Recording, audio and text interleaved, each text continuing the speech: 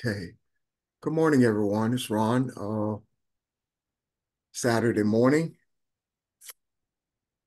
and it's a little after 10 a.m., so we'll get started. Um, Before I ask, are there any questions on the table? I want to address a question that we've had for a couple of weeks now. Then I mentioned it last week, uh, that Angela asked from Revelations, and she was asking about Ra specifically. And we'll look at that, Revelations 12, and then we'll come back and see if anyone else has any questions on anything else, if that's okay with you guys. All right, we encourage questions, so we want to make sure that we get a chance to address them when we have opportunity to have, hopefully. Uh, I know Pastor and I have looked at this, and if anybody else have had a chance to look at it and have some insight, and it'd be greatly appreciated. But Revelation chapter 12, verses 1 and 2. And a great sign appeared in heaven, a woman clothed with the sun and the moon under her feet, and on her head a crown of 12 stars. And she was with child, and she cried out and being in labor and in pain to give birth. Uh, Revelations, as we've talked about before, you is so much there, so much symbolism and things being said, and kind of takes you uh, down a rabbit hole if if you're not careful, and this is full of stuff. Again, something else I want to make sure is said. The importance of the scriptures, as Pastor laid out things last couple of weeks, we talked about Jesus, so we talked about the scriptures.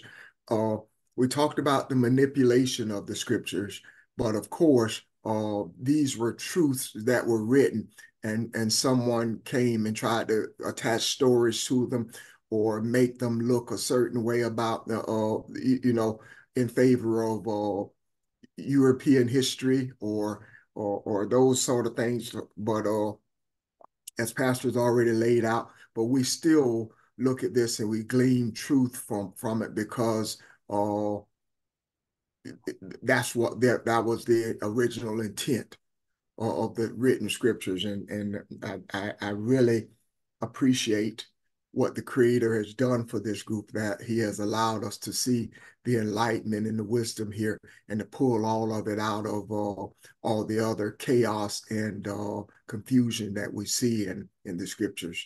So they are still relevant, and we will still use them as we see fit. But any questions on any of this, whether what do you see in Revelation here? Her specific question was asking about Ra, but what do you see here in these two verses? Anyone? Well, he wasn't talking about Ra.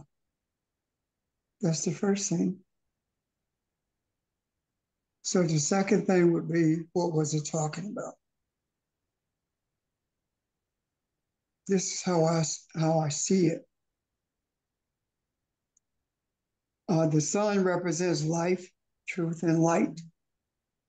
And being clothed in truth and light are manifestations of the presence of the Creator. The moon represents things on the earth. Those things beneath our feet are to be conquered by spiritual truth. Um,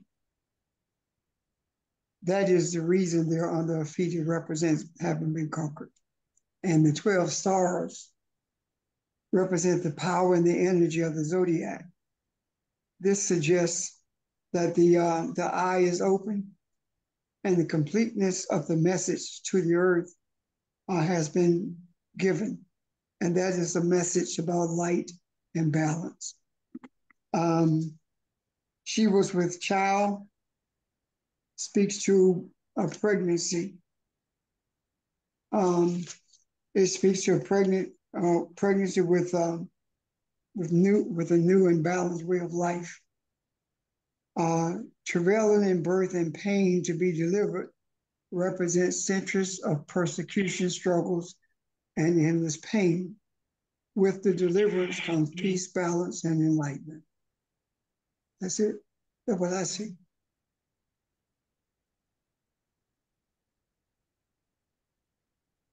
Thank you. Wow. Okay. That's a lot there. Any questions about what Pastor said? Anybody?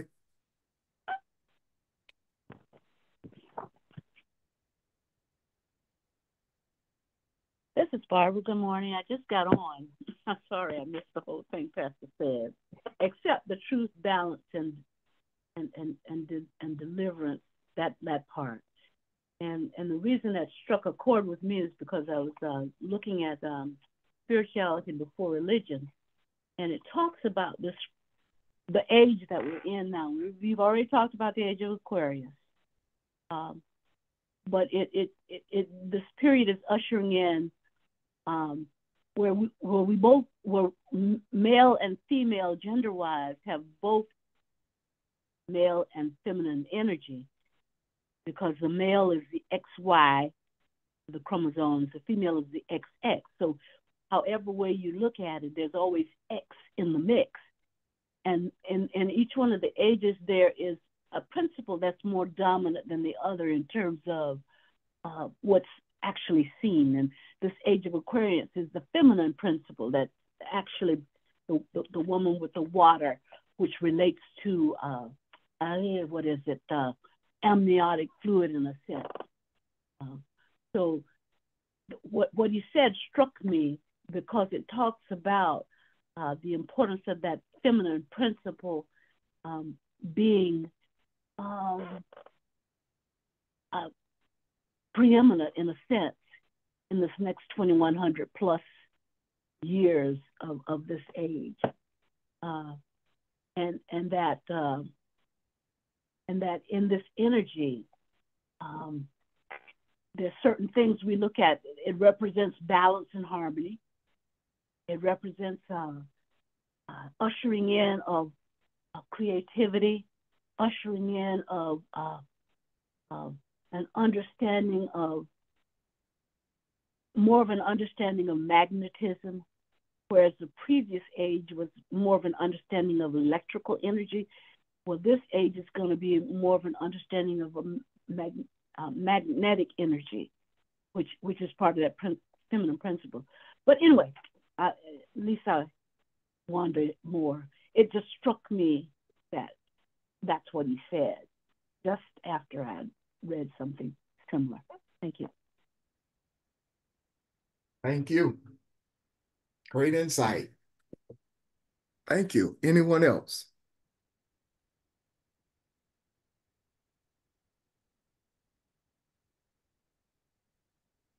Yeah. Okay. Angela isn't on right now, as she works the weekends, I think. At least I don't think so. Angela, are you with us today? Okay, I think I remember her telling me she works weekends now. So I'll try to send her a text and see if she heard this, because I think this is very enlightening. And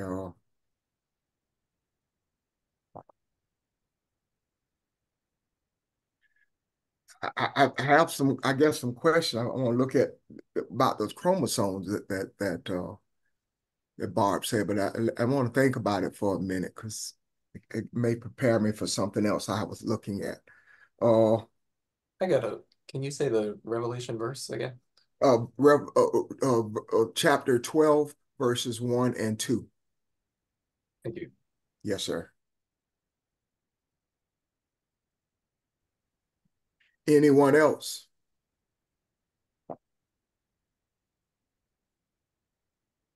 Okay. Well, let me ask you this. You have something, Nick? Yeah. Okay. Just that in the Kemetic system, the sort of night sky is, I believe, is Nut, is feminine. So it's interesting that in Revelation 12, 1 and 2, we see a sort of feminine presence who has the sort of zodiac or represented by the 12 stars wreathed around her head. I just wanted to point out that connection. Okay. Yeah. Some came to mind when you said that.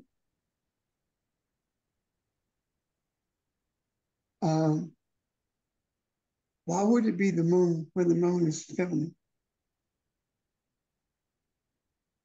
Could it possibly be that the conquering of the things in the earth that were antithetical to balance and light were things that were birthed in the earth that should not have been birthed? For example, if enlightenment is birthed, so is darkness, so is confusion. So is conquering the birth of confusion in the earth.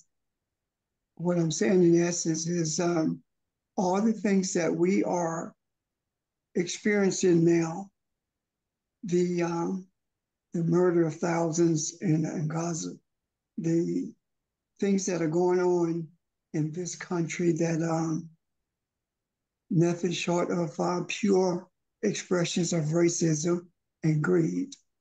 All of these had to be birthed from some feminine source. And the feminine source of that birth is being conquered by the female, the femininity that is that these two verses speak of. Does that make sense? Yeah, it does. Yes, I'm a little confused. Say that again, Pastor. It had to be because I'm thinking, and maybe I'm thinking the same thing, but the confusion is because men can't give birth; they can only produce something that is destructive because there is no feminine energy to bring balance to it, and that is what the chaos is. You said that a little differently, though. You said, regardless of the attitude of a male energy, the male cannot give birth. He doesn't have a womb. So the source of everything in the earth is a womb. And I'm saying that could it possibly be that if all the chaos was it birthed from a womb? Now keep in mind, we're not talking about a man and a woman. We're talking about energy forces. And I'm saying that if nothing can be brought into this earth except through a womb, then the chaos came through a womb also. The male is the seed for it. But if you want to understand the essence of a nation, look at its women. That's one of the things that Kwame Nkrumah said. So I'm saying, if you want to understand the source of chaos, not only do you look at the seed of it, which is male energy, but you also have to look at the womb that birthed the seed, which is feminine energy. And we have, as Barbara said earlier, both masculine and feminine energy. So I'm saying that if, let me put it in terms, now I'm not by any means want you to think that I'm saying this is a man and a woman, but for purposes of understanding, let me use it that way, okay? okay. A man has the seed of chaos, and that seed of chaos is in the womb of that woman, and that chaos is birth. If it were not for the birthing of it through that woman, if that woman resisted it, then that would not be a birth of chaos. Does that make sense? And again, I'm not talking about a man and a woman. I'm using this as imagery for understanding. Ron, does that make sense? Yes. So all of this, so that's all I'm saying is that the energy that's birthed in this earth of chaos came from a womb. And this verse, these verses are speaking to the conquering of the destruction of this chaotic atmosphere that we live in, or the repurposing of the chaotic energy that is causing all the pain in the earth. Does that make sense? Mm-hmm. Yes.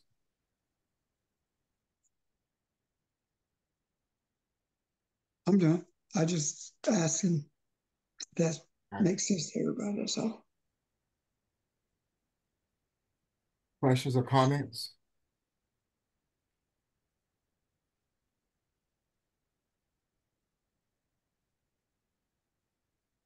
Okay. Any other questions or comments about Revelations 12?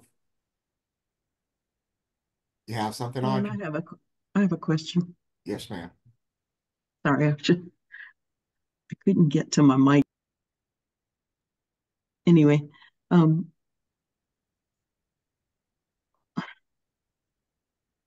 don't know if this is connected or not, but I felt like when I was meditating, I felt like Pastor's dream opened up a new realm for us. I mean, look where we've come Yeah, since I agree. he Yeah. shared the dream.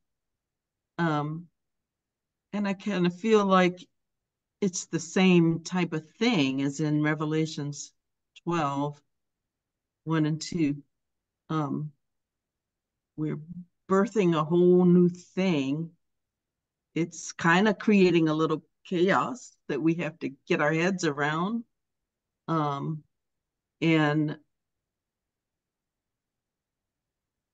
But it's birthing a whole new thing that is going to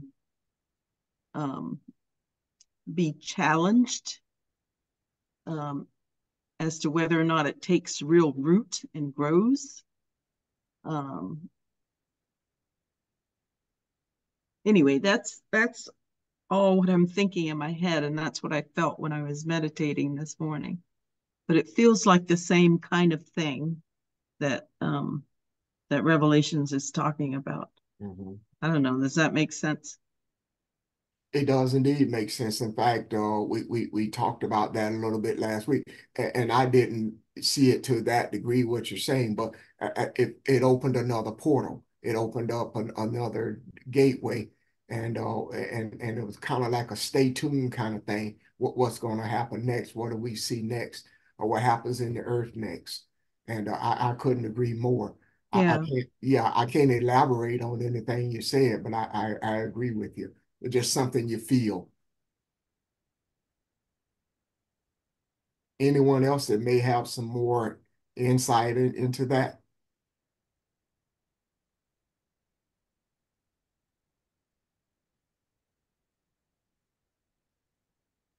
Just in general, when looking Good at morning, y'all. Well, go ahead, Ron. My bad. Forgive me. Give him just a second. Nick's ahead of George. just in general, when looking at the book of Revelations, it is in this with the sort of same confusion and difficulty that we have in understanding the spiritual tradition that comes out of Kemet, for example, in that we tend to see the figures as gods that they worshipped, rather than representations of spiritual principles. In that same way, the book of Revelation it's very easy to fall into the trap of seeing them as more literal sort of symbols rather than things that are directly representing spiritual principles within your own self and within the process of spiritual evolution, and that process coming to its end, quote unquote, in the awakening of the consciousness that is being talked about in the book of Revelation. Because all of that is within the nature of the self and the nature of the spirit. And it not only affects you, it affects the entire world, but the process is sort of shown by the symbolism that is in the book of Revelation. So when we talk about 7 chakras, or the equivalent symbolism and sort of metaphysical understanding of the energy and spirit that is in Kemet, those things are also present in the book of Revelation. We talk about the 7 churches, the 7 lamps, etc. So this is probably one of the most directly metaphysically and spiritually symbolic books, definitely in the New Testament and possibly in the Bible overall, because it is like walking through well, literally is, in terms of how it was written, a prophetic dream of the transformation of self, the dawning of what we might call messianic awareness, or the dawning of a true liberated consciousness, and the struggle internally that you must go through in order to accomplish that. So I just wanted to mention that because it is very explicit in terms of symbolism, but it is still somewhat of a veil for the spiritual intention that symbolism is meant to convey. Thank you. Yeah, Nick, isn't that what I just said? Yeah.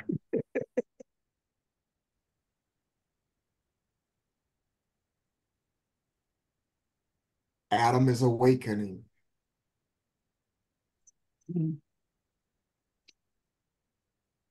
I have something. It's kind of out of nowhere. Ron, I think George was. You're exactly right. Thank you very much, Mark. George, I'm sorry. I forgive you. Thank you, Ms. Barber, for recognizing me. Please forgive me for being tardy to the lecture. One of the things I just want to add as it relates to chaos,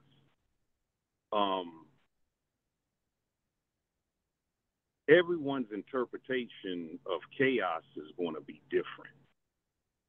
And what I call chaotic, you may call a walk in the park, or vice versa.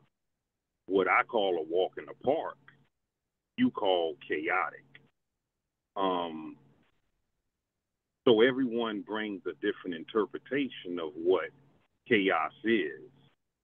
If I'm present in a meeting and some people are using profanity and we getting somewhere, low-level profanity, if there's such a thing, and we getting somewhere, I call that positive movement or positive momentum.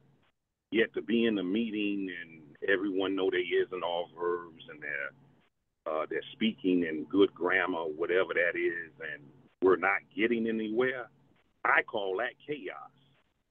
So, George, please, let me interject something, Mayor, because what we are talking about is the universality of chaos, not individual meetings. We are talking about, for example, we are talking about the chaos that exists in Gaza right now. we're talking about the chaos that exists in this country right now with the antics of Donald Trump, whether it be politics, racism, etc. We're talking about a broader sense of chaos than what you're describing. What you're describing is a result or an offshoot of mass chaos. When there is chaos at the top, it filters to the bottom.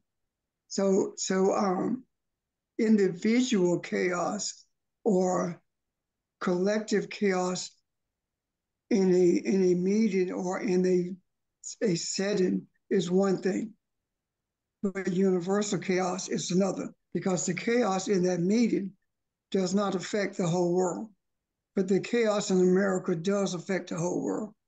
What Donald Trump says or does affects the whole world.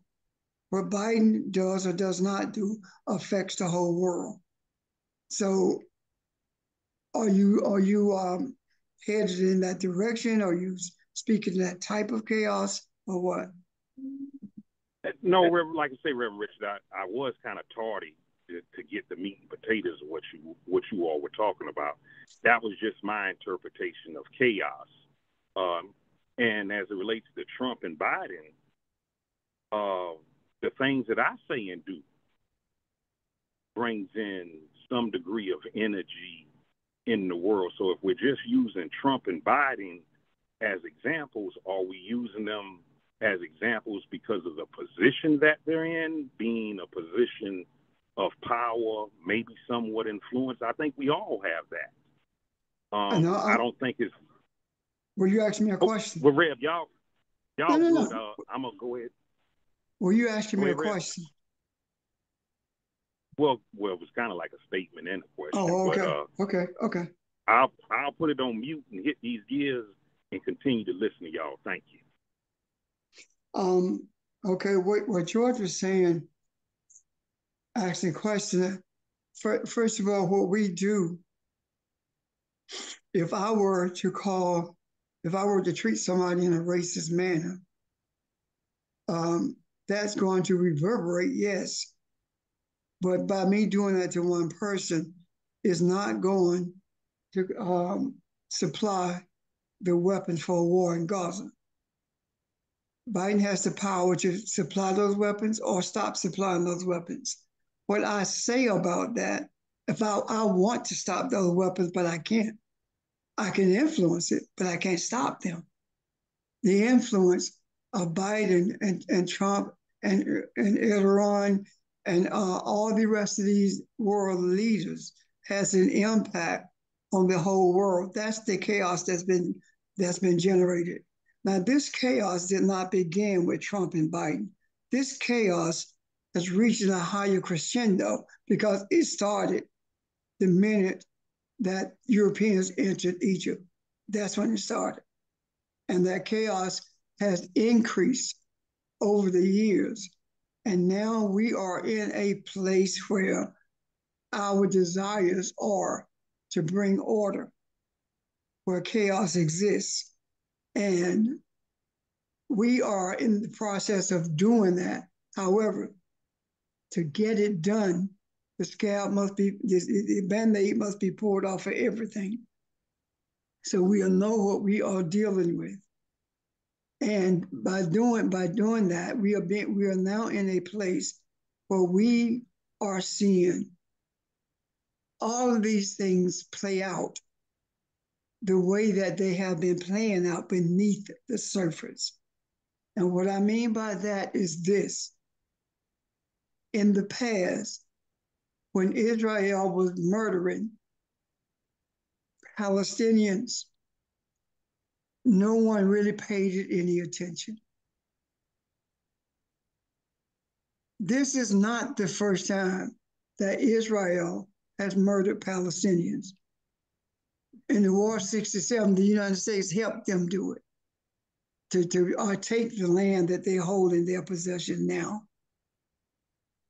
So I'm saying that our desires to bring these things to the surface so they can be dealt with in a positive way is being played out on college campuses around the world, especially in this country. The college campuses looks like they are generating chaos because that's what the news media and the powers who are chaotic want you to see. This is no different than the college protests that took place during the Vietnam War. They're no different. And it shows you they haven't learned anything from it. The first campus that erupted, or that protested rather, what did they do? They sent the police in just like they've done in the past, as opposed to letting it play out. So this tells me that this protest was divinely inspired. So now we have all of these young people on these campuses camping out and bringing to a head what's happening in Gaza. But this is the difference. The difference is there are an astronomical amount of Jews who are supporting these protests. As a matter of fact, last week I heard a couple of Jewish people from Columbia and another college talking about how much they support the campus protests. So what happened? The way you throw a wrench in it is that you say that all of them are anti-Semitic, that they've been paid to say that. But this is how chaos is dealt with. So where did all these protests come from? It came from our desires to bring this stuff to a head so the murders in Gaza can be dealt with on a broader base. This is not going to end with Gaza. There are going to be other things that these young people are going to protest on the same scale that they're doing with Gaza. We are beginning to see the end in sight in terms of the chaos in this earth and the indignity that people in this earth are being forced to endure simply because of greed. So when I speak about chaos, I'm talking about a broader scale of it. And yes, indeed, if you don't have money, or if you don't have a position of power in terms of politically, you cannot introduce chaos worldwide simply by wanting to do it, or simply by saying you're going to do it. The scale of chaos is far beyond an individual person. This is talking about the energy of chaos that was planted or that impregnated our environment when Alexander conquered Egypt. That's it. And it's just grown to where we are now. I'm done. Thank you. Pastor, this is Barbara. I want to push back a little bit. Sure. On the issue of one individual not being able to, I understand what you're saying. You're putting it in the context of a much broader context, but it still is related to the butterfly effect, is it not? The fact that in other words, I am where I am because of your influence and the influence of others who are spiritually seeking truth. And I implement that in my life, or I try to implement that in my individual life, which does in fact have an impact on something larger. We are all microcosms of that macro chaos. And so what we do does affect that universal chaos. But I understand what you're doing. You're putting it in the perspective of the larger picture, where individuals have seemingly more direct influence and more immediate influence. But But I postulate that it is because of those small individual steps that we desired and purposed to take that led to the larger picture. That's all I'm saying. Thanks. I can go with that.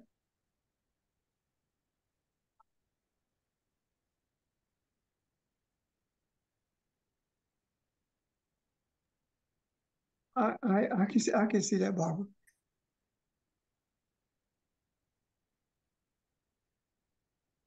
Good discussion. Any questions, anyone? Comments?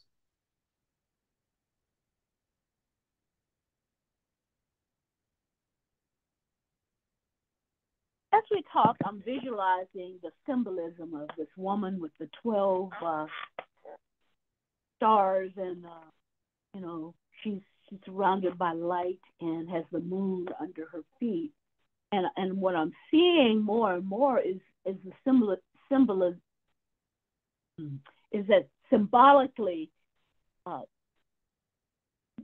this is feminine energy, which is balanced and has the perspective of bringing in balance and harmony into the cosmos. Because it's only when the feminine is what have we said in the past? Recognized as what it contributes, if you will, to the cosmos. And I don't mean gender. I mean the energy of that feminine energy. That what is being birthed is order and benevolence and reciprocity and all of those principles of Maya. And on the other hand, you got this symbol of the dragon, which is ready to devour it, ready to attack it, ready to destroy it. And it's almost like here we are on the precipice. Revelation is about revealing truth. And here we are understanding as much as we do at this point about how we interact, how those energies interact, and this symbol of of feminine energy, which represents the 12 ages of the great year, the 26,000 year. It's an opportunity. We're on the cusp of trying to do something magnanimous for humanity.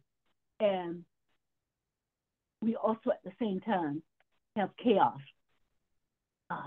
negativity, the dragon, ready to try to stop that at all costs, in a sense. I'm rambling, but I'll stop rambling. I'm just talking it through. Well, Barbara, you're right, because the red dragon is speaking about emperors of the world that's trying to stop it. And the red speaks to two things. The scarlet garments that some of the emperors wore, but it also speaks of blood that's shedded in the efforts to stop it.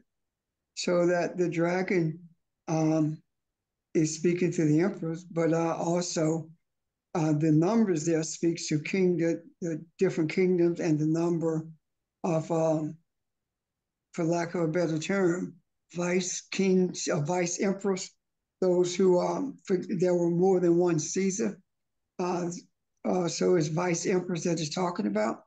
So the dragon plays into this picture definitely the way that you just described it.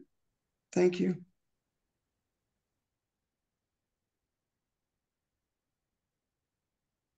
Thank you.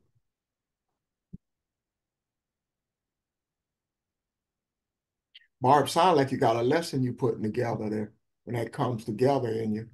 That's what it sounds like to me. I can't help but to agree with you, Ron. Yeah. It's a work in progress, but I'm not there yet. I can't wait to hear it. Sounds, Anyone else? I'm sorry. it sounds a little bit like when you read on down, and then the the heading for in the Bible I was looking at the heading says and a male child. She gave birth to a male child, and then all the tension goes to the male child who has the authority and the power and the whatever. It's almost like they're in their narrative, they've given all this power to the male child, and the emphasis goes on that. So it sort of diminishes or discounts the feminine energy again. Anyway, that's how I'm seeing it. Does Well, that make any sense? Yeah, if you're saying it from a Christian's perspective, talk about Jesus, of course. Right. Yeah, that's exactly what it's doing.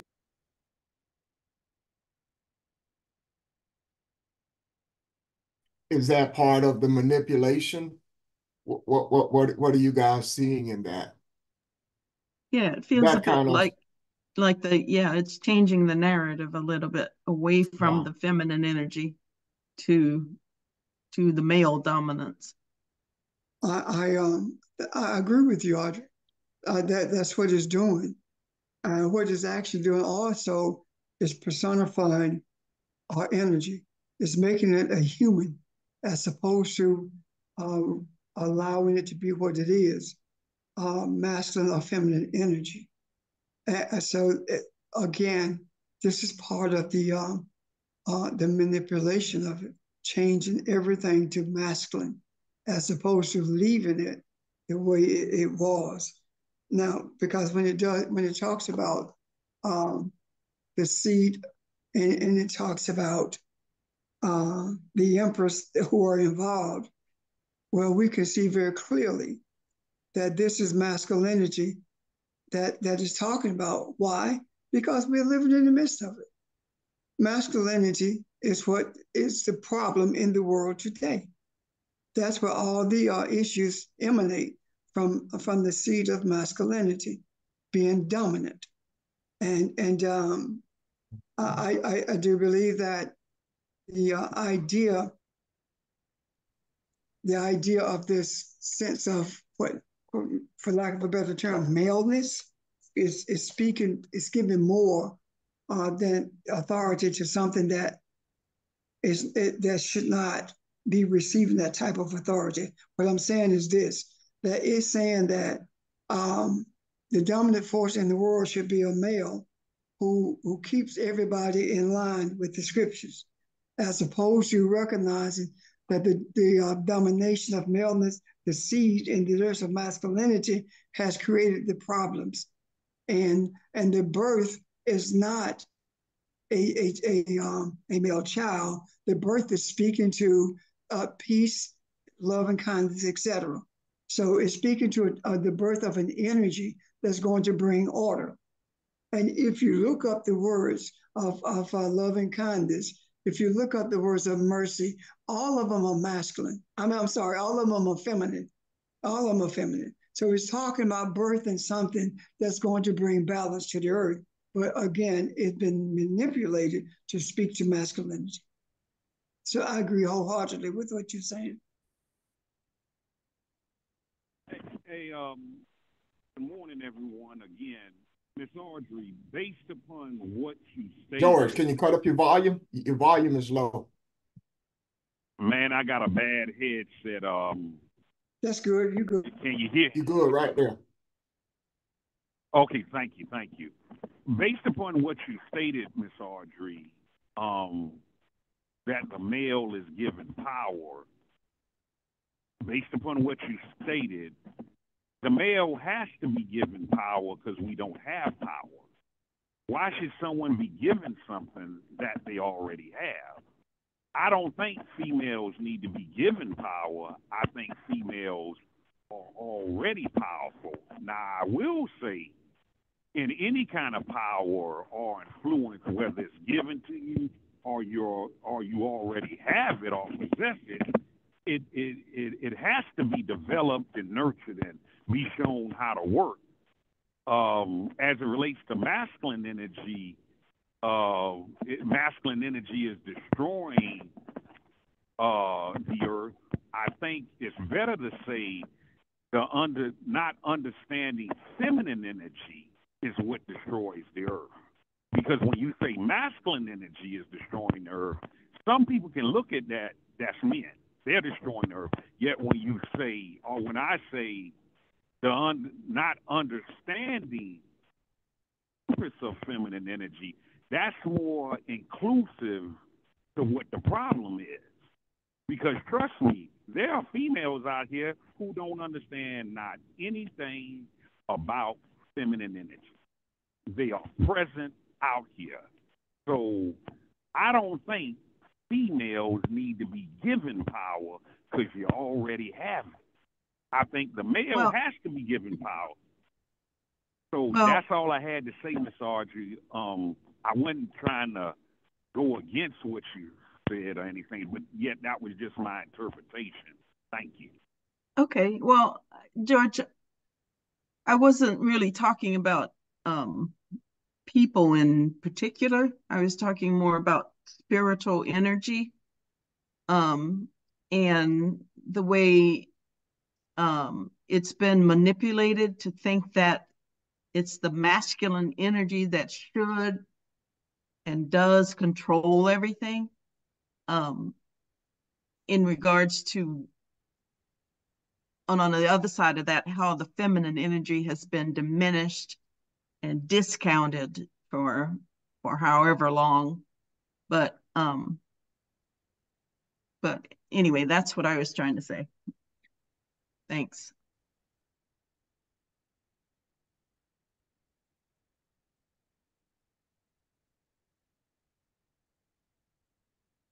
Pastor, did you have something? I want to reiterate that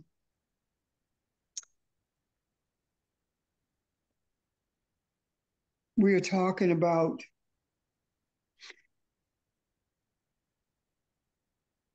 a masculinity in the sense of, as Audrey said, the energy of it.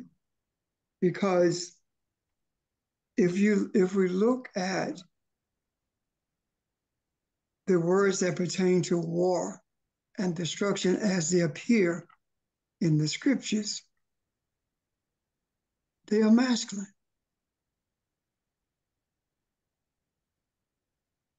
If we look at, for example, if we look at what we a few weeks ago, we were talking about the fruit of the Spirit, right? If we look at the fruit of the Spirit when it talks about peace and love, etc., they are feminine. When we look above that and it talks about hatred and stuff like that, they're masculine. So we're talking about energy. We're not talking about people, because if we're talking about people, a woman can hate just like a man can hate. And a man can love just like a woman can love. So we are not talking about that at all. It is not the physical man as much as it is in embracing a dominance, a sense of domination, a manifestation of might makes right, a manifestation of I am physically stronger than you because I'm a man, manifestation of that masculine energy. Hillary Clinton was a manifestation of masculine energy. That was one of the reasons she unknowingly the people rejected her. That's one of the reasons, because she was the energy that emanated from her was just as warlike and masculine as any man. But she's a woman, as far as I know, anyway. So what I'm saying is that those are the things that we're looking at, as opposed to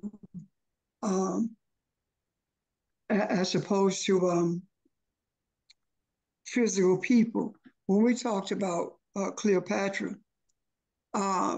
Cleopatra was the last female to sit on the throne. Cleopatra was the last person of color to sit on the throne. Cleopatra was the last one on the throne who spoke Egyptian language, the language of Kemet. After her, it became a dead language. So what is that saying? What is that symbolic of?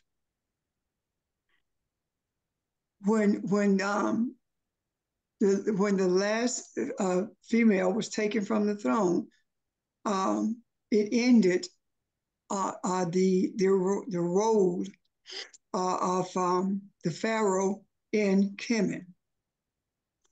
But also, Cleopatra was representative of masculine energy, because she did the same things to get the throne as did the males. So beginning with Ptolemy, of course, beginning with the Greeks coming into Kemet. So what I'm saying is that regardless of whether that body was female, the energy was. Does that make sense? Cleopatra's body was feminine, but her energy wasn't. Her energy was a continuation of the masculine energy that destroyed everything from the beginning, or at least sought to.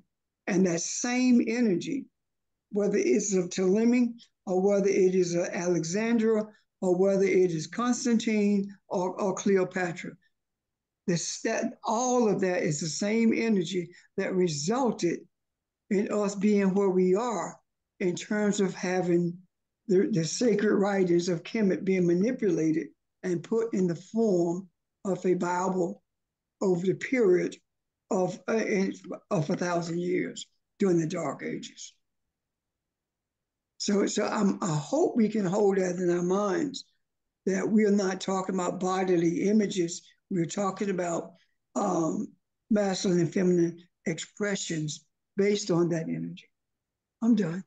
That's as clear as I can put it.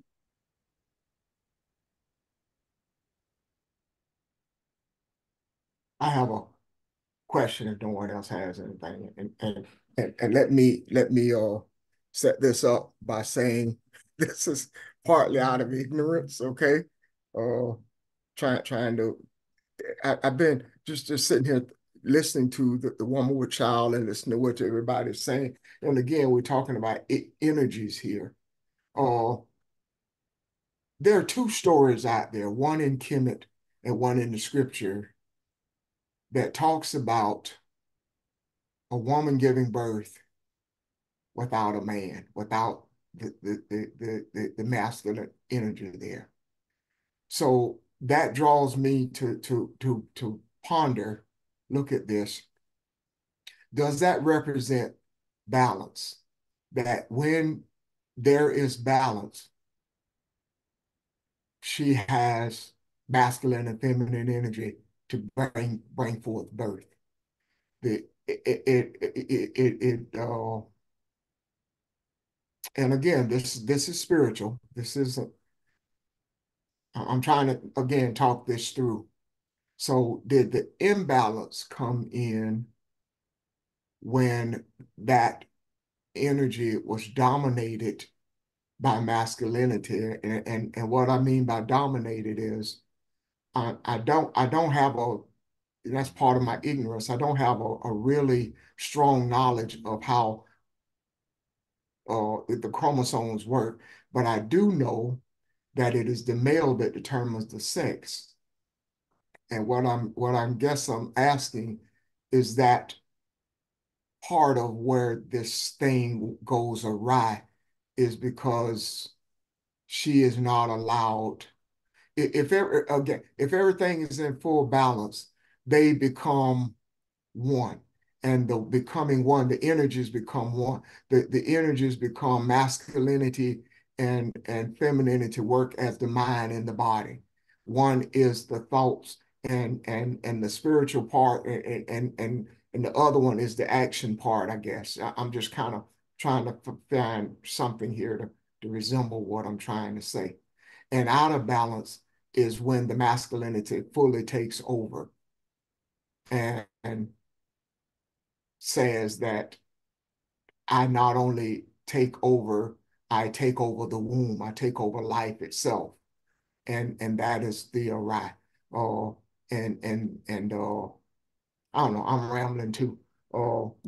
Sort of what is that sort of what we see with the Cain and Abel thing. Because I've often thought, why were those men? Why were those two sons? Why were those three sons? If you talk about Seth, was one of them supposed to be a female and that was manipulated again? That was moved, or there's something there that I don't see. Anyway, does any of that make sense at all? Or no? Balance, yeah, a balance is more than chromosomes. It's deeper than. No, I mean that's what is represented by that. I don't mean that's that is chromosomes. In the beginning, Mhm. there was a virgin birth, and that virgin birth is spoke of because of the woman, the womb of the female bringing into the earth all human life. Are you with me there? Yes, sir. That had nothing to do with chromosome, but spiritual desire. To me, that is speaking to the essence and power that is in feminine energy. Meaning that if you take the body away from it, there is no body. The feminine energy, let's say it is red, and the masculine energy, let's say, is green. So out of the red energy came red energy and green energy. And neither one of those came as a result of intercourse from the green energy. The light of all lights determined that emotions, loving kindness is going to be in this red energy.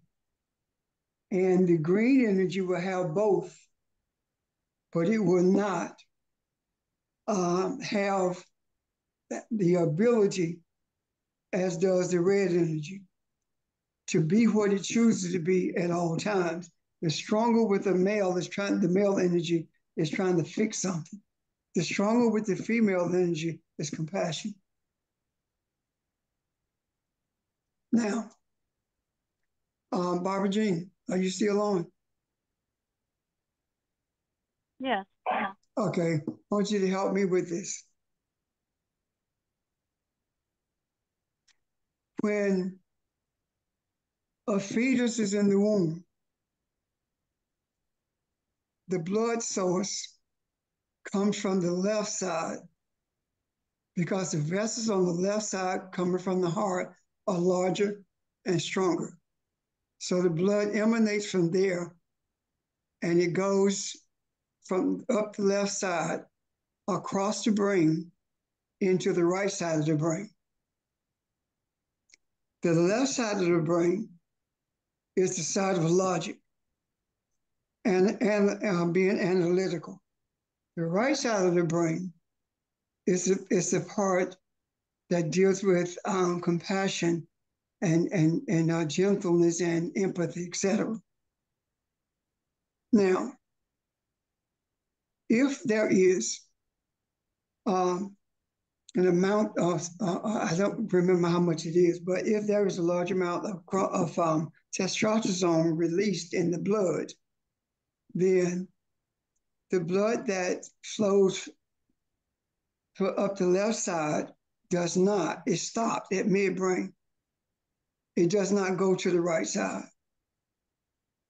If it is resisted, then the child becomes a female, and the blood goes through up the left side into the right side of the brain.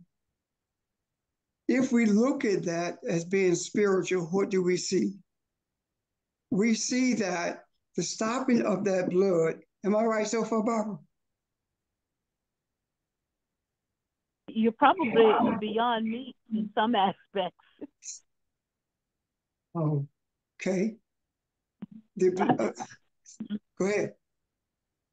No, I'm just saying you probably have a better understanding of that in some aspects than I do. So okay. I'm with you so far. Yeah. Okay.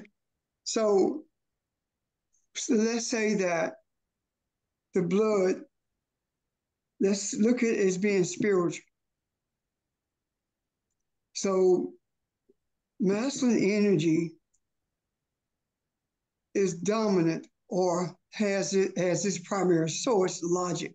And that's why men try to fix everything. When it's a female or feminine energy, then that feminine energy can use either side of the brain at any time it chooses to.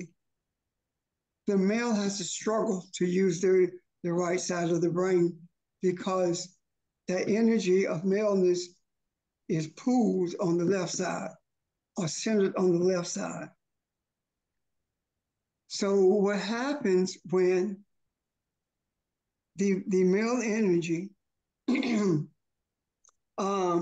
female energy rather, says, well, I think we should do blah, blah, blah. Or I'm trying to figure it out. The male energy automatically goes into analyzing. And the feminine begins to analyze with it, and the male wants to dominate that because the male thinks he can fix everything. Now, if we take those two energies and look at them from masculine and feminine, what do we see? We see a complete pattern of the usage of both energies with the female, with the feminine energy, because it came up the left side of the brain and flowed just as easily into the right side. And these represent the two hemispheres of the brain that are utilized in thought and action. The left side. It's a more balanced approach. It's a more balanced, the feminine has that opportunity, the feminine energy looks at it in a more balanced approach from both sides rather than predominantly from one aspect. Right. That's what I'm saying. As opposed to the male, is that what, or as opposed to the male energy, is that what you're saying? Yes. Okay. Yeah.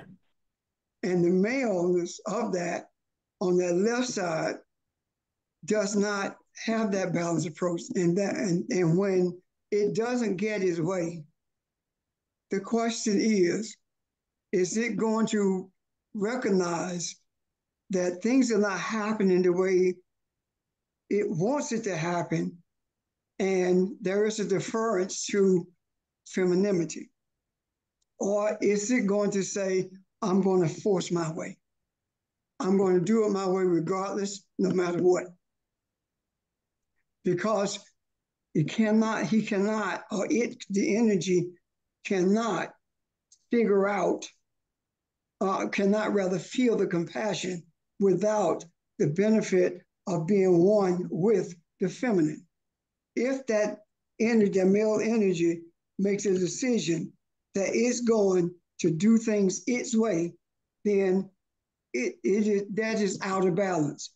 But if it says it takes both of us to figure this out, now that feminine energy can collude with the masculine and come to a conclusion, and in doing so, bring both itself, feminine, and the masculine to a place of empathy, as opposed to battling each other. And that is the reason when there is a discord between masculine and feminine, if the feminine usually ends up getting cursed out if the masculine energy is unbalanced or do not desire to be what it was created to be. There's get cussed out or get pushed around because there is no balance. The masculine must be in balance with the feminine. And the only way the masculine can be in balance with the feminine is because it recognizes the compassion, the empathy of that the feminine possesses, and it buys into it as opposed to resisting it. Does that make sense? Well, yeah, Let I'm me sorry. Go ahead, Nick. ask a question first. Can someone explain that better than I just did? Or help me with that? Okay, Ron, That go is ahead. not to say that there aren't those who have a preponderance of masculine energy that have not reached the point where they have that, where they can balance both within themselves. There are those with a preponderance of male energy that understands and embraces the aspect of what the feminine energy within itself contributes. Yes. So that's not to say that there aren't those in both genders, in a sense, that can balance, or as you say with Hillary Clinton, be a little bit more imbalanced. Is that the activation though that I was trying to say first time I know it, I couldn't talk, but the activation is, as you said, the masculine energy recognizes the strength of the feminine energy, because I can't say it the way you did, and by that recognition, it allows the feminine energy to be creative. It steps out of the way and it activates that opportunity to be creative, to come up with a solution, rather than, you know what, I'm just going to do this my way. It's no different than how we used to talk when we say, oh, I want to go out and do this and do that. And the wife says, why don't we just hold off for a minute? We don't need to do that right now. Just wait. And you allow that to take place. You allow that to grow. And when you do that, when you step aside and become one with her, that's when everything falls into place and seems to bring about balance.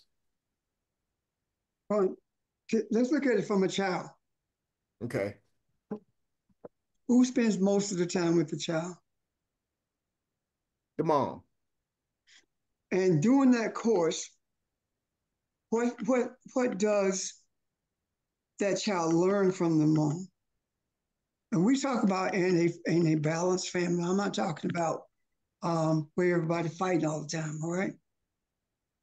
What happens?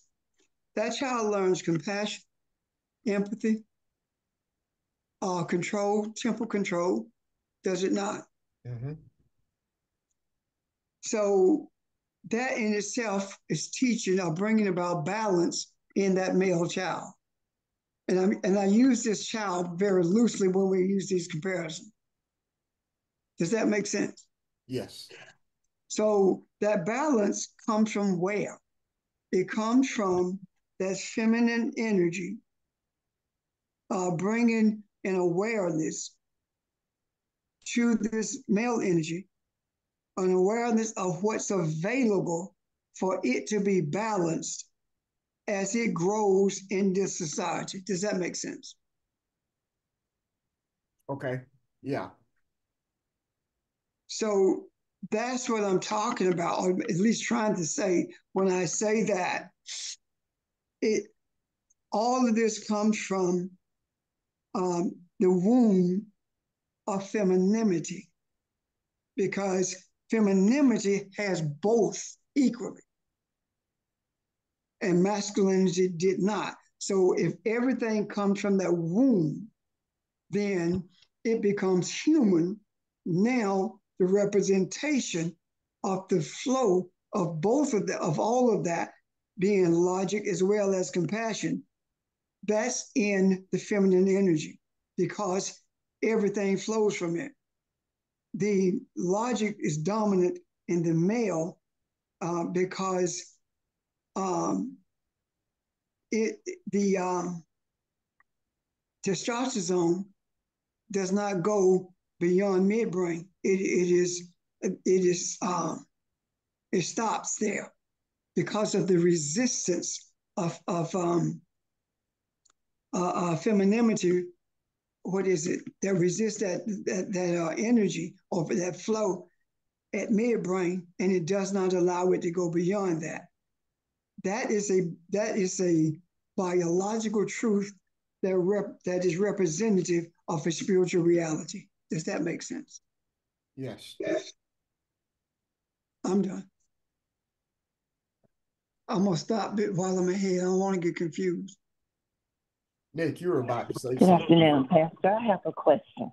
Okay. And I don't know if this is a good example or not, but the example that you were using when the masculine energy totally disregards the feminine energy, would the example of that be what we saw play out with the Supreme Court this week when they were reviewing, and I'm just making an earthly example by that, and I think it's got spiritual connotations, though, based on what you were just saying, when they were approaching whether or not everything that happened on January 6th with Trump, should he be immune from those things? The women wanted to discuss it and look at it the right way. The male energy had already made a decision, and they totally discounted. As I heard the pundits talking, every pundit was saying they didn't even listen to the women. They shut them down and would not hear them. Is that not a physical example of what you're saying, of a spiritual thing that's taking place right before our eyes? That's an excellent example of what I'm talking about. Because when you think about Barrett joining with the quote unquote liberal females based upon what the Constitution actually says, then what you are seeing is a resistance of testosterone to feminine energy. You're seeing masculinity dominate feminine energy. So that's an excellent example of what I'm talking about. Because if you look at it, this is not talking about just a constitution and words in the Constitution. This is talking about someone being able to kill anybody they choose to without any repercussion whatsoever. And the feminine is saying, but that's not right. Why is it that this person, because of the office he's in, can kill anybody he wants and there are no repercussions? But if anybody else does it, they go into jail, even though he told them to do it. That's exactly what's being said there. Yes, thank you.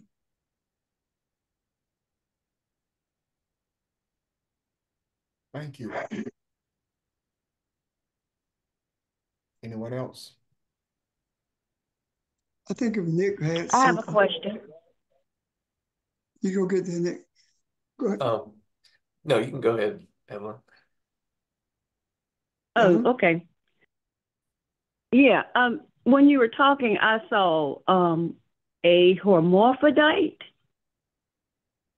and I know. Do they have? All I can say is I saw hermaphrodite, and I'm not talking about the organs or anything like that. I'm talking about the balance that they have. Does that have anything to talk about? I mean, relate to what we're talking about? Because I see balance with the hermaphrodite, if that makes sense. And why I see that, I don't know. Can I address that?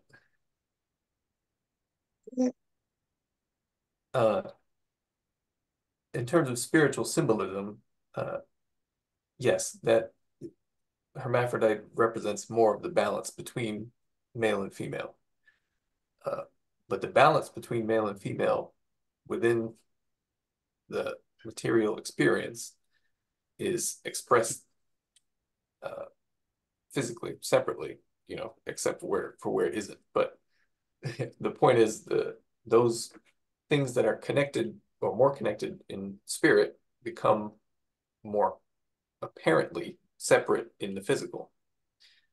And I say apparently because the separation is an illusion, in the sense that the balance is still present, but it is something that you have to seek out and work on through the recognition of that other half of yourself in the other gender. So when a male looks at a woman, when the masculine principle, whatever, observes the feminine principle as separate from him, it is then the task of the masculine principle and feminine vice versa to recognize that aspects of their own self within themselves as reflected in something outside of themselves. And without Say that again, Nick. Say that last part again, please. the fact that we are apparently separate, in that it appears that we are separate in masculine and feminine principles in men and women, is the sort of external mirror for what is present within. But it is also the well, I'll leave it at that. It's in some ways a mirror for what we need to recognize within ourselves and learn how to incorporate. So the male, in learning how to properly respect and honor the feminine externally in the form of like a physical woman, is in turn learning how to do that for the feminine principle that exists within himself, and vice versa for women. But as we've stated, it is, for the most part, males that are causing all the problems because they have more work to do in terms of learning how to incorporate and balance the feminine principle spiritually within themselves before they will learn how to properly honor and respect the feminine that is external to them. And all of this is very much in the weeds of understanding these principles and how they relate to each other. But the point is, represented as a symbol, yes, the hermaphrodite is a more balanced form of the masculine and feminine principle. But that symbol, it does exist here in the material experience in various ways. But the archetype is male and female and the relationship between those two. And in the solving of the conflict between those two, you solve the core spiritual conflict, which is the very purpose for which we come into this physical experience.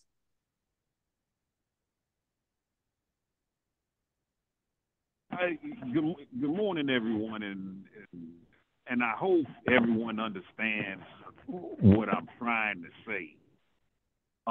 Nick, in your experience of life, have you ever seen the male submit to the female?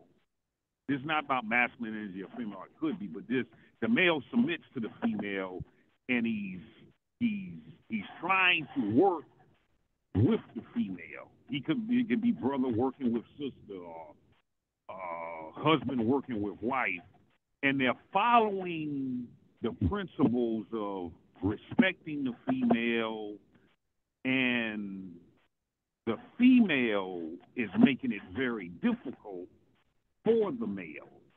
And if you see something like that, when I see stuff like that, I intervene, and I'm the one that says, look, old boy trying to work with you here now. Show a little patience. Look at your words a little bit more carefully. Because if that male pulls out, we blame that male. He needs to work on his patience. Yet he did everything possible to work with her. So and this not just so much to Nick, when you all see that male, he's following the principles and concepts that you all are talking about, and he meets resistance by way of the female. Are you all intervening, stepping in? Hey, old boy trying to work with you here now? Come on now, let's get it together. So I'm just asking you all, when you all see that, or maybe you all have never seen that before. I'm telling you, I have seen it. I've seen males try to work with the female make it very difficult. I've seen females try to work with the male make it, I see it on all angles and stuff like that. I will say that the male is the one that has done it the most improperly. So when you all see that male following you all concepts and principles, are y'all just sitting on the sidelines, or y'all get on up in there and say, hey, come on, let's get it together? I hope y'all understand the question. Thank you. Can I say something to that first before anybody? Nick, I know you got an answer for him. I think part of what we're trying to do is address things from a spiritual perspective. And when you address it like that, because you're going to always find individual examples of right or wrong, or however you want to look at that. But when you look at things from a spiritual, we're talking about the universe and how things are became chaotic, what masculine and feminine energy means, and what balance looks like, and how to work together and become uncover the truth that we see this to be. And when we do that, we'll understand how individually we are to act, and the examples you are to bring in the universe. So at this point, as chaotic as we talked about, whether we talk about Trump or Biden or anybody, or politics, or people that live next door to you, you're going to expect to see chaos. So you can't expect individuals to react any different than society does, because that's the energy that's out there. And that's what we're trying to do now, is move to a place where we ourselves understanding who and what we're supposed to be, and bring about balance into the earth. And until then, things are going to be out of balance. I'm sorry, we keep bringing it back to individuals, and that's the expectation, because that's the world we live in. I'm sorry, Nick. I think you or Pastor were about to speak, so. Yeah, no, that's okay. And I agree, Ron. But yeah, George, let me say that it is of course possible in individual cases like that, but like the male should not quote unquote respect and honor the female, even if he's aware of the fact that she is the problem, if in the individual case where that is the case. Because if you quote unquote respect and honor the feminine principle, and by doing so you allow whatever chaos she's bringing to your relationship to be dominant, then you as a male are not honoring the principles, because you are, in your recognition of something that is out of balance, allowing it to take place just because you think you're supposed to quote unquote respect and honor the female, whatever that means to you in that moment. But by allowing something that is whatever, chaotic, selfish, etc., to dominate over you, even though you know is incorrect, you are not honoring the principles. So that is, of course, possible in individual examples of relationships, though that is in nowhere near the real source of the problem when we look at it in terms of society, the world, etc. It is vastly more so in the other direction, where the male is the one bringing the chaos, selfishness, etc., to the relationship between the masculine and feminine, to the relationship between men and women in general. So, no, if in the case where there is a woman who is the problem in the relationship, it is then the responsibility of that male to recognize that problem and then deal with it by leaving or by attempting to help the woman change her ways in the same way that in the vast majority of cases, women feel like they have to, or they're willing to put up with whatever the man is doing in the chance that he will change at some point, or more likely out of the fact that there's simply not enough men out there who aren't already idiots. So understand, we are speaking about the responsibility in terms of society, in terms of what we have to correct in the earth. And that responsibility falls way more so on the men essentially changing their own behavior and being willing to honor the principles that we are speaking of by listening to the feminine principle and women and incorporate what it is they are trying to tell us within our own approach to dealing with each other, dealing with our relationships, and dealing with the world. And that is quite simply to be more aware of the need for empathy and the need for the wisdom that the feminine principle is attempting to teach ignorant men, essentially. Thank you. Well,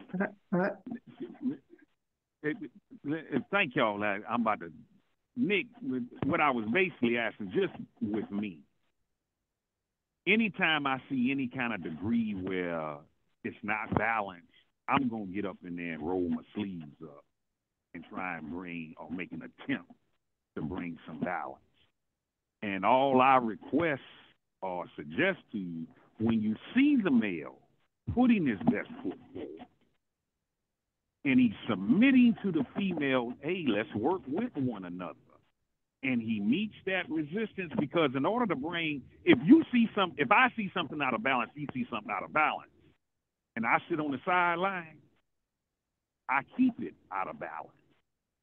So I was just asking, or just making a question, when you see things are not balanced, somebody got to get on up in there, roll their sleeves up. Everybody go back to your standing corners. Let's think about this. Because if we're not doing that, things will continue to stay unbalanced. So I was just asking you, Nick, when you see that, and it doesn't have to be the male, when you see unbalance, or any one of you all, when you see things that are not balanced, what are you doing? When I see things that are not balanced, not in all cases do I get on up in there, yet the majority of the time, I get on up in there, I roll my sleeves up, and I try to use the tools that has been given to me and that I've learned from some of you all. So if things are unbalanced and we're just sitting on the sidelines, it will continue to stay unbalanced. Thank you very much. True. We don't even know what balance looks like. The problem is that we have been in a society that's dominated by maleness until we don't even know what it looks like. We're making every effort to know what it looks like. Balance is not speaking to what happens in my household. Balance is speaking to what happens in this earth. First of all, how can we know what balance is supposed to look like when we don't even know what we're supposed to look like? What does maleness look like? What does feminine energy look like? What does it look like? The idea of respect and bringing balance is more than just getting along in a relationship. It's more than that. Because you can get along in a relationship and be totally out of balance. You just agree with everything that's done. That's not balance. balance is not seen in my house until balance is seen in me. And when I think about balance, first, without understanding the spiritual essence of what was in the beginning, meaning that all the spirit, and I know you may get tired of talking about it, but I don't, because it's the truth. The spiritual essence that has been in this earth for millions of years came from Akebalon. And if we don't understand the spiritual essence of Akebalon, meaning that the central location of spiritual understanding was in Kemet, was in Egypt. If we don't understand that, how we go understand balance? Why do I say that was balance? Because prior to that, you have no record of anything in Kemet that looked like rape, murder, robbery, etc. None of that. So until we can understand the essence of spirituality, do we really know what balance is supposed to look like? This society has never seen balance. The earth has not seen balance for thousands of years. So what do we do about that? If we look at Kemet, we see the essence of the respect for feminine energy than you will see any place. The whole story about Osiris and Isis is a story about the feminine energy being able to bring everything masculine together, and that which is not found within that masculinity is provided by that spirituality. The story about Osiris being cut in parts and Isis putting him back together is not about a man being cut up.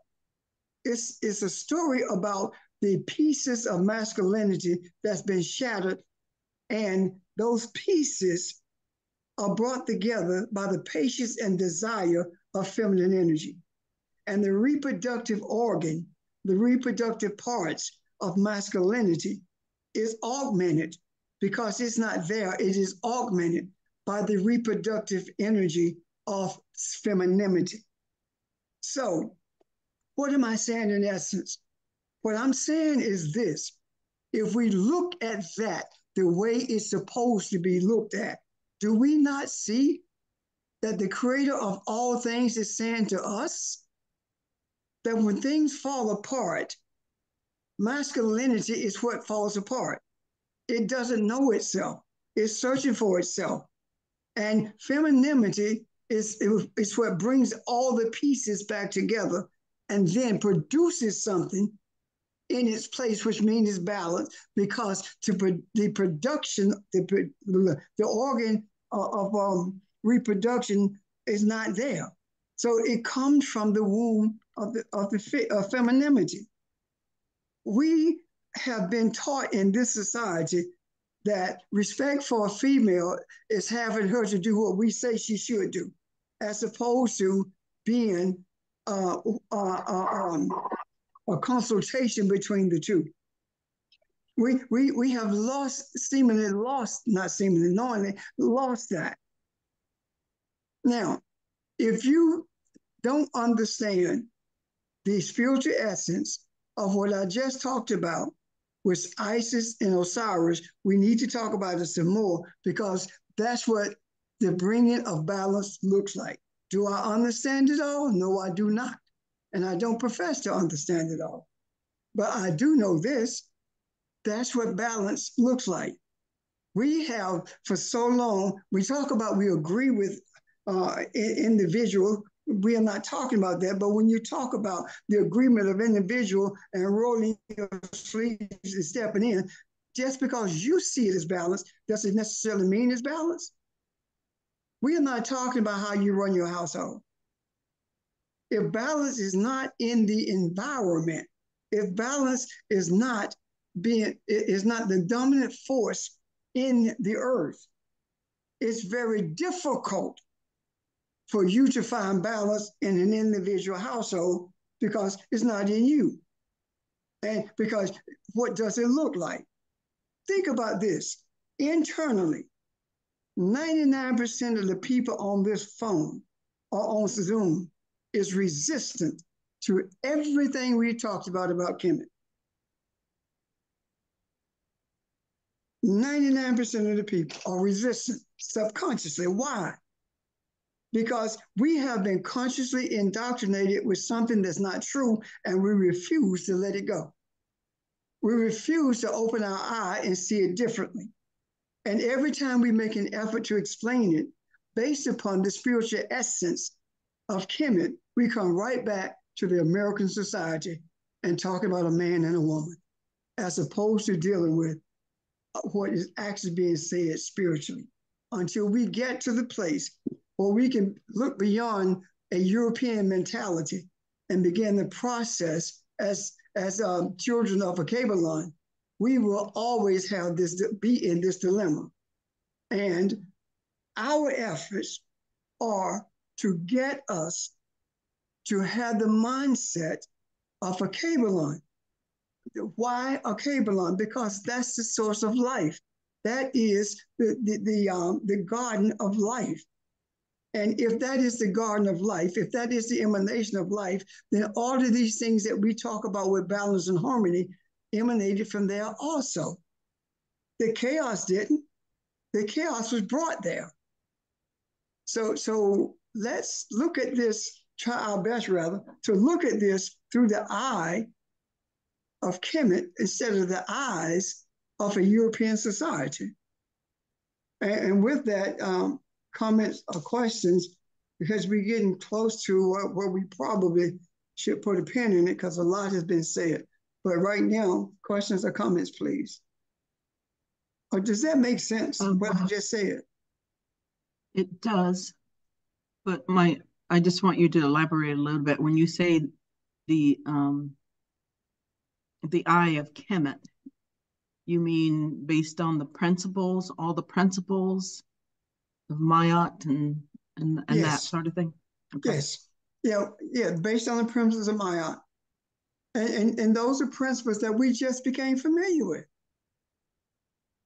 So subconsciously, we're still functioning based on the principles of European thought.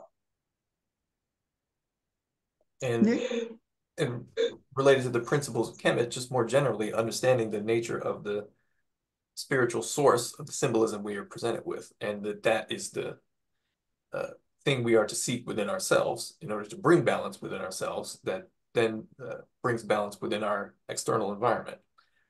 It is the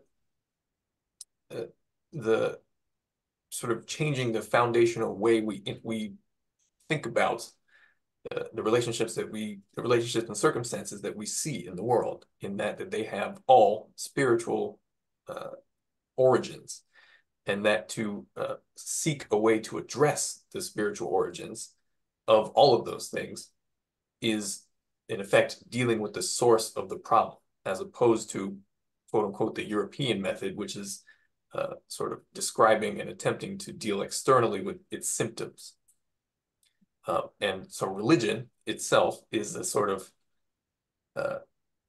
a symptomatic version of spirituality in that sense. It is external, it is material. It does not deal with the essence of, or the source of, or the origin of those things which are spiritual and which must be interfaced with directly in order to bring about any sort of change. Thank you. Hello, everyone. This is Sheldon. On the heels of what Pastor Richard, Audrey, and Nick just said, in an effort to help shift from that European mindset to that of Kemet, I was thinking of the example of the Egyptian Book of the Dead, and what happens when someone is going through transition in terms of like a judgment, in a sense, to determine, their next steps in terms of the afterlife. Their heart is weighed on a scale against a feather. And the weighing of the heart against the feather has nothing to do with exactly what they did in terms of the deeds that they did, checking one, how much food they gave out, how many people they killed. It's not that type of thing. It is talking about something that is more indicative to the spiritual, which is the tuning of their heart and their heart being in balance. So it is not just what they did, is why they were doing it, their connection to the Creator, their connection to those others that they see as the other self, love, and things like that. So it's more so when we talk about a lot vibration, we're just not talking about physical acts that are being done. We're talking about the driving force, in a sense, the condition of the heart while it is doing that particular thing. Is the idea of saying that someone you just know deep down and feel that they're a good person, but it doesn't necessarily have to do with the things and the deeds that they have done. You just understand and feel the spirit of that person in the sense you sense a righteous person. So again, it's not so much of what the actions are being done, and not even so much the mindset, but what's the driving impetus behind, the driving force behind the actions. How do you feel towards others? The emotions that you feel. Of course, we're always working on balancing those things, but that's what we mean by balance. I'm finished. That's a great example. Thank you. Anyone else? This is a good place to take a pause, guys. Now, one thing I didn't do properly, rather, was see if we had any questions about anything else. So if you had any questions today or comments on something else and we didn't get to it, please let us know. We'll start there tomorrow, okay? A great discussion. Thank you. Thank you. Okay. You guys have a great day. Look forward to tomorrow morning at 11 a.m. All right. All right. See you tomorrow. Thank you, everyone. Bye. Bye.